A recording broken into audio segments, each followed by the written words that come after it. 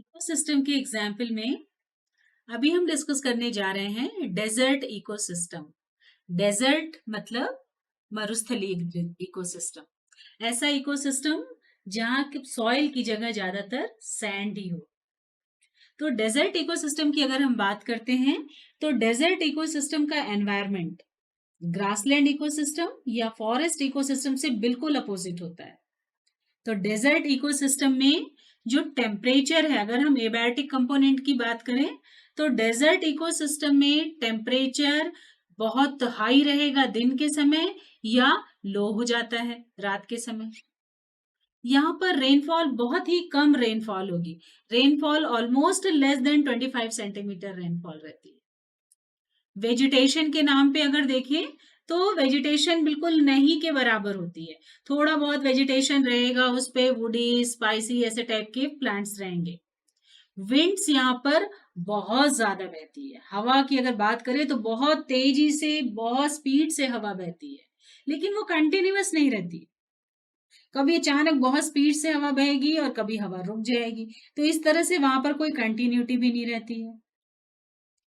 यहाँ एनवायरमेंट में moisture content नहीं के बराबर होता है, क्योंकि वाटर वेपर एयर में रहते ही नहीं है। वाटर वेपर एब्सेंट रहते हैं, क्योंकि ना वहाँ प्लांट्स हैं, ना वहाँ बहुत ज्यादा रिजर्वायर है, वाटर रिजर्वायर है। तो वहां पर बहुत ही ड्राई कंडीशन में हवा बहती है। अगर डेजर्ट के स्ट्रक्चर की बात करें तो हर डेजर्ट का स्ट्रक्चर बहुत अलग अलग होता है। कहीं पर कोई डेजर्ट जो है वहां पर बहुत ज्यादा सैंड ड्यूज बन जाते हैं, कहीं कोई डेजर्ट बहुत फ्लैट रहता है, कहीं ओशन रहता है। इस तरह से डेजर्ट देखा जाए तो एक समान उसका सिस्टम नहीं रहता। डेजर्ट कभी ऊपर डेजर्ट से एरिया पे सैंड के कारण से जैसे ही बहुत तेज हवा चलती है तो बहुत सारा सैंड डिस्प्लेस्ड होकर के दूसरी जगह चला जाता है, वहां से दूसरे जगह या वहां से फिर वापस आ जाएगा, अपोजिट डायरेक्शन पे हवा बहेगी। तो इस तरह से लैंड का कोई फिक्स स्ट्रक्चर नहीं रहता है, इसीलिए सैंड ड्यूज बनते बिगड़ते रहते हैं। कोल्ड डेजर्ट अगर इंडिया में देखा जाए तो लद्दाख है, हिमालय रीजन पे स्थित लद्दाख जो है ये कोल्ड डेजर्ट है। और हॉट डेजर्ट की बात करें, हॉट डेजर्ट मतलब जहाँ टेम्परेचर बहुत ज्यादा रहता है, वो राजस्थान में प्रेजेंट थार है। क्योंकि हिमालय के पास है इसलिए लद्दाख जो है वो कोल्ड होगा ही। अब अगर बात करें हम कि डेजर्ट इकोसिस्टम के कंपोनेंट्स क्या होते हैं, पहले हमने जो है वो डेजर्ट इकोसिस्टम का एक जनरल कंडीशन या जनरल उसका सिचुएशन बताया। अब देखिए कि उसकी बायोटिक एबायोटिक कंपोनेंट्स कैसे आते हैं। तो कंपोनेंट ऑफ डेजर्ट इकोसिस्टम की बात करें तो जैसे हम जानते हैं कि इकोसिस्टम में 4 कंपोनेंट होते हैं। पहला है बायोटिक और एबायोटिक। एबायोटिक का तो हमने डिस्कशन कर ही लिया, और बायोटिक में हो जाते हैं प्रोड्यूसर, कंज्यूमर एंड डीकम्पोजर। तो जैसे हमने एबायोटिक में बताया था, टेम्परेचर बहुत हाई रहेगा, वर्षा बहुत कम होगी, और एक खास बात और है, क्योंकि वहां सॉइल नहीं है, मतलब सॉइल की जगह वहां सैंड है, तो सैंड में ऑर्गेनिक कंटेंट बहुत कम रहता है। और ऑर्गेनिक कंटेंट नहीं रहा तो सॉइल फर्टाइल नहीं रहेगा, सॉइल फर्टाइल नहीं रहा तो वहां प्लांट्स नहीं होंगे।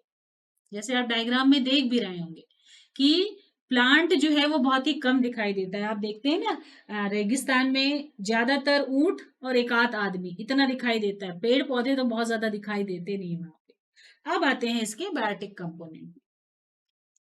बायोटिक कंपोनेंट में अगर हम प्रोड्यूसर की बात करें तो प्रोड्यूसर में हम हमेशा ग्रीन प्लांट्स को रखते हैं, सिर्फ उनमें ही कैपेसिटी होती है सनलाइट को एब्जॉर्ब करने की। अब देखिए नेचर ने यहाँ कितने ब्यूटीफुली प्लांट्स को मॉडिफाई किया है। कैक्टस, एलोवेरा जो लगाते हैं ना, जिसके अंदर जेल, फ्लैशी जेल भरा रहता है, ये सब क्या है? ये सब जीरोफिटिक प्लांट्स हैं। जीरोफिटिक प्लांट्स मतलब ऐसे प्लांट्स जो डेजर्ट में रहते हैं। जितने भी कैक्टस हो गए, एलोवेरा, जितने स्पाइनी प्लांट्स, जितने बुशेस, इन सबका जो, जैसे हम बबूल के पेड़ की बात करें अगर, तो बबूल में पतले पतले कांटे रहते हैं और उसकी लीफ बहुत छोटी छोटी होती है। कारण क्या है? जिसके कारण उनके अंदर स्टोर्ड वाटर बाहर ना जा पाए। अगर वही बात हम चौड़े पत्ते वाले पेड़ की करें तो चौड़े पत्ते वाले पेड़ को अगर आप उनके पत्तों को पलट के देखेंगे तो उसमें जैसे छोटे छोटे छोटे छोटे स्टोमेटा दिखाई देते हैं। उन स्टोमेटा से पानी बाहर जाते रहता है ट्रांसपिरेशन के थ्रू। लेकिन जो जीरोफिटिक प्लांट्स हैं या डेजर्ट वाले प्लांट हैं उनमें वो स्टोमेटा नहीं रहता, उनमें संकन स्टोमेटा रहता है। मतलब स्टोमेटा धसे हुए रहते हैं और जितना कम से कम हो सके उतना बॉडी से पानी बाहर निकालते हैं। तो ये इसके कारण से वेजिटेशन में बहुत फर्क आ जाता है। इस पे लीफी प्लांट्स नहीं दिखाई देंगे डेजर्ट एरिया में। ज्यादातर स्पाइनी, हार्डी और फ्लैशी प्लांट दिखाई देते हैं। फ्लैशी प्लांट क्यों रहते हैं? अच्छा, इनका जो स्टेम रहता है ना वो फ्लैश में कन्वर्ट हो जाता है।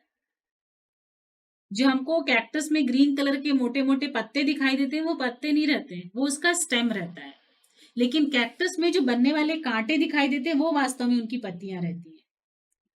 तो इस तरह से नेचर ने उनको वहां अडॉप्ट करने के लिए, उनको वहां सरवाइव करने के लिए इतना बढ़िया एडॉप्टेशन दिया है कि जितने भी जीरोफिटिक प्लांट्स देखेंगे आपको ये कैरेक्टर दिखाई देगा।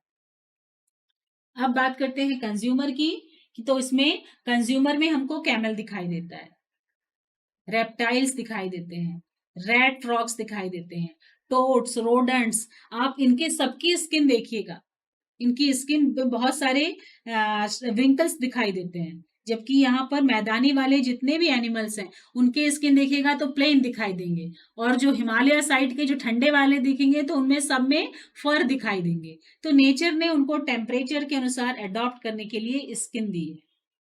अब आते हैं डिकम्पोजर।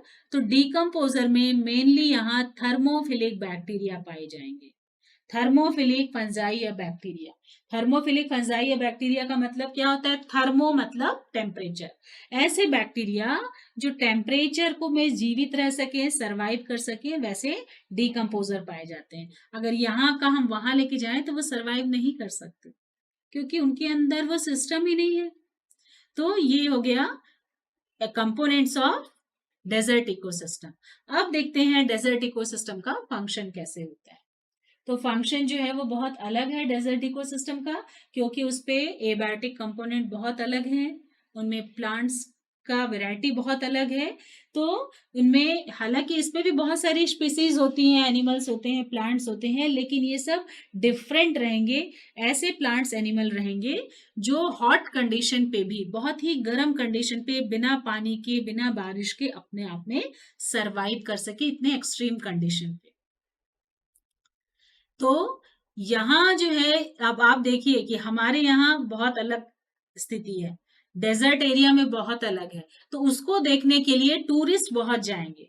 तो ये एक तरह से टूरिस्ट प्लेस के फॉर्म पे डेवलप हो रहा है। ये भी एक फंक्शन ही है इसका, डेजर्ट का मतलब ये अर्निंग का साधन है, सोर्स ऑफ अर्निंग वहां के लोगों के लिए। टूरिज्म भी एक बहुत बड़ा अर्निंग है। इकोसिस्टम की अगर बात करें तो इकोसिस्टम में जैसे यहाँ पर फ्रूट्स, फ्लावर्स बहुत होते हैं, तो डेजर्ट एरिया में नेचुरल गैस, ऑयल्स और मिनरल्स बहुत ज्यादा, क्योंकि सब कुछ तो इवेपोरेट होके उड़ रहा है। तो जो जमीन वाले चीज है वो होते हैं इस पे। डेजर्ट इकोसिस्टम जो है वहां पर सॉल्ट बहुत ज्यादा रहता है, ये कंट्रीब्यूट करता है बहुत ज्यादा सॉल्ट प्रोडक्शन के लिए। डेजर्ट इकोसिस्टम में आर्कियोलॉजिकल डिस्कवरीज बहुत ज्यादा होती है, उसका बहुत ज्यादा सिग्निफिकेंस है। और जैसे मैंने कहा कि यहाँ पर अलग अलग जगह सैंड ड्यूज बन जाते हैं, अलग लैंडस्केप बन जाता है, ओएसिस बन जाता है, जिसके कारण से नेचुरल ब्यूटी बहुत अच्छी रहती है डेजर्ट एरिया की, जिसके कारण से ये एक टूरिस्ट का फेवरेट लोकेशन भी बन जाता है। यहाँ पे एक चीज मेंशन करना चाह रही हूं कि डेजर्ट का की सबसे बड़ी खासियत ये है कि ये कार्बन डाइऑक्साइड के लिए सिंक का काम करती है, कार्बन सिंक का काम करती है। जितने बैक्टीरिया जो हैं वो यहाँ बहुत पाए जाते हैं जो कार्बन, एटमॉस्फेयर की कार्बन को या कार्बन डाइऑक्साइड को सिंक कर दें।